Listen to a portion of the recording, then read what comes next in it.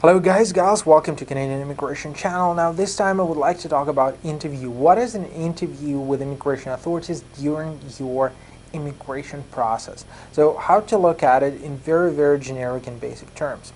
Now when it comes to an interview, compared to the situation which was like 10, 15, 20 years ago, nowadays interviews rather than an exception than the rule. What it means is that typically if you're applying through express entry system for immigration, your chances to be called an interview are very slim, and there should be a very solid reason why immigration authorities are wasting their time to call you for an interview. So nobody would be calling you just because they took your case, they look at it and were like, well, let's call this guy or gal and let's just sit together and see if they're lying or not. No. I mean, in a digital age, there is a way to verify all of the documents online. There is a way to verify employment references. There is a pretty comprehensive way to verify financial statements. There is a way to verify your IELTS test results, education credentials assessment, etc., etc., etc., etc. This, by the way, does not stop people who are from time to time sending me fake IELTS test results or fake education credentials assessment, but I mean, well, people are people, right? What can we do about it?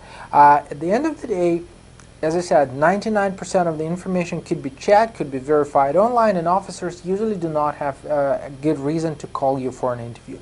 If you are called, that could happen because there is something wrong. There is inconsistency with the documents, there is inconsistency in your story, but this inconsistency is not sufficient enough for an officer to say on a balance of probabilities that he or she has enough reasons to refuse you. So say they're not sure that you were lying about your work experience. They're not sure whether your relationship with your wife is genuine.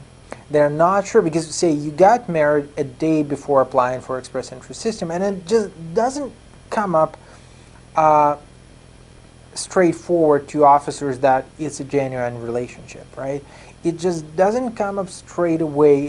Say there is a difference in age between you and your spouse. She's like 50, you're 30, so 20 years difference. And sorry if it relates to somebody of you, right? I'm just popping it out of the blue, but 20 years of difference. You got married a couple days before applying for immigration.